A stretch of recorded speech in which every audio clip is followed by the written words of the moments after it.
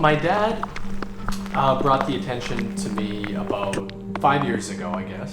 And he's like, cricket farming, that's going to be like the new thing. And I'm like the new thing, like future of food or what are you talking about? And he's like, yeah, like it's going to be something new. So I'm like, okay. So I did some research and was like, this is different. This is kind of neat, interesting. And I come across the nutritional value of crickets and I was like, oh, and they're sustainable. I just thought it was really, really cool. So we went on board, we got our first 200 crickets, and now we have millions. You say we, but it was definitely your idea. This is true.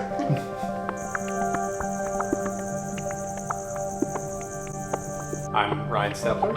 And I'm Leslie Stepler. We are cricket farmers.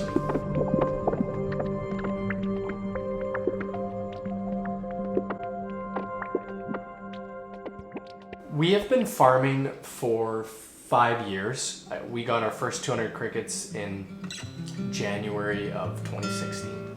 And in the mail. Yes, in the mail. And actually I was at school because I was a teacher then.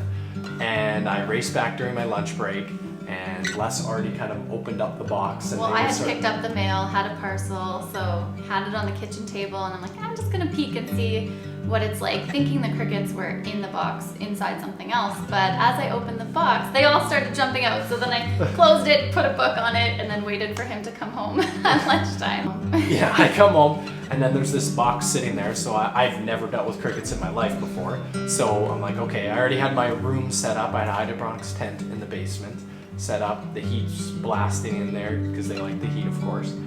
And 5 years kind of down the road, we moved from one hydroponics tent, 2 hydroponics tents. In our basement. Yeah, in our basement. And yeah, and then I convinced my dad because I was like, I need to do something. Like I can't expand. Like you can only buy so much tents, and your wife lets me put them in your basement. So then we built a room just kind of in the corner of the shop, 10 by 20 room, still fairly small scale. Worked it, got it a little bit like we were kind of exploding in there. And then we kind of had a decision to make. So we looked at like moving a couple sheds in, but it just wasn't really gonna fit what we needed. So we decided to take the leap, take the risk, and build a 40 by 40 shed. And that's what we use today, and we're getting close to capacity because, yeah, and so it's been a pretty cool experience.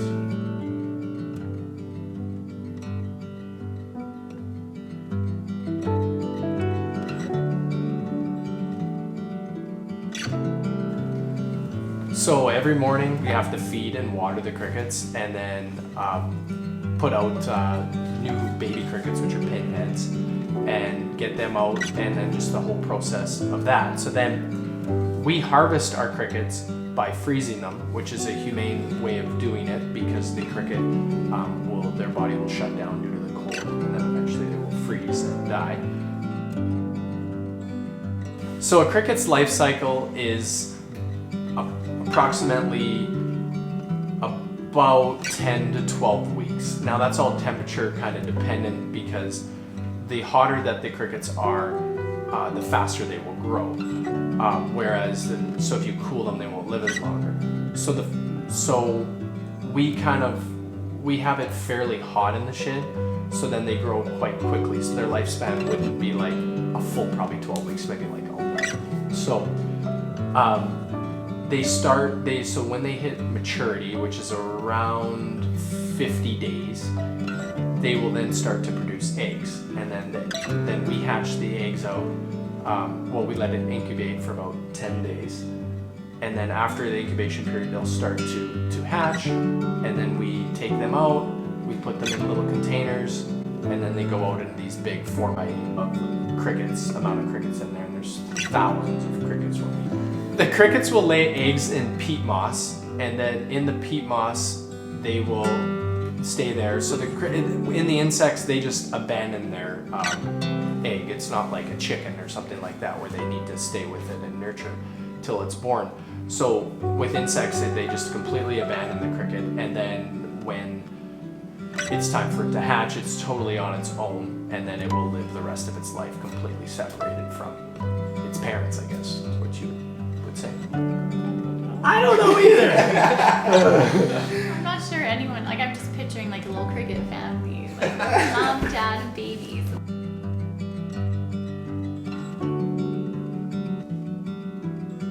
So as a nutritionist, I'm often recommending good quality protein for my clients and making sure that, like honestly, even that they're increasing it. So you can add cricket powder into smoothies or baking and make sure that they're getting all those nutrients in that they might not otherwise be getting. Lots of people tell us that they're low in B12, and crickets are just amazingly high in vitamin B12. The 2.5 tablespoons of our powder is 56% of the daily vitamin B12, and so that's huge. And just all the other nutrients that it's full of, and the prebiotic fiber. We always talk about being good for gut health, and gut health is really important right now. So most of my clients are struggling with their mental health, and so we talk about how the gut and the brain is connected, and we need protein to make those neurotransmitters like dopamine and serotonin. And so it's just, it used to be two very separate things. Ryan had his cricket farm and I was building my nutrition business, and now it's not separate at all. It's very connected. So one of the reasons why crickets are so sustainable and efficient in general is because they're cold-blooded. So when they take feed in, so 20% feed, they don't need to heat their body, so they just use the air as that's their heater because they're cold-blooded. So then they take that 20% and they turn it 20% protein. Take the 20% protein and then turn the cricket themselves into 63% protein. Straight into their body. They don't use anything to heat their body. So it's kind of a cool thing compared to like some traditional sources of protein. They have to heat their body, so then it's a lot of wasted energy, where the cricket itself, all the energy is put into their body, and yeah, so it's super, super efficient that way. So when I first kind of started to do the research on cricket farming, I came across some larger companies in Canada and the States that were already doing this. I'm like, okay, well, somebody's doing this. It's not like I'm the first person, right? So I contacted some of these companies and one reached out to me. We did that, and then I had a basic knowledge. And it's interesting kind of to think back to those first practices that I did 5 years ago, because like everything is totally different now. It's completely changed just because we've learned how to like more efficiently raise crickets, and practices have changed because cricket farming's changed in the 5 years. So the cricket that we have is a tropical house cricket.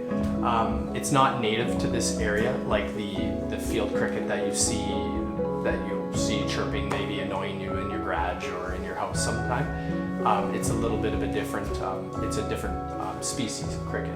So it's a little bit smaller, and its exoskeleton isn't as hard or as armored as the cricket that we have here.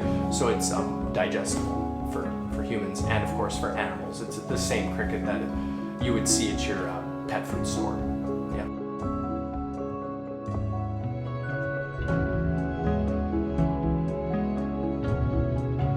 And we also take crickets weekly into the zoo, which is really cool for us to go to the zoo and then see some of the crickets there. So the monkeys love them, reptiles, birds, that's most of them. So they get lots of crickets. And then we have a distributor in the city as well that takes crickets and sells them for people that use them for their pets.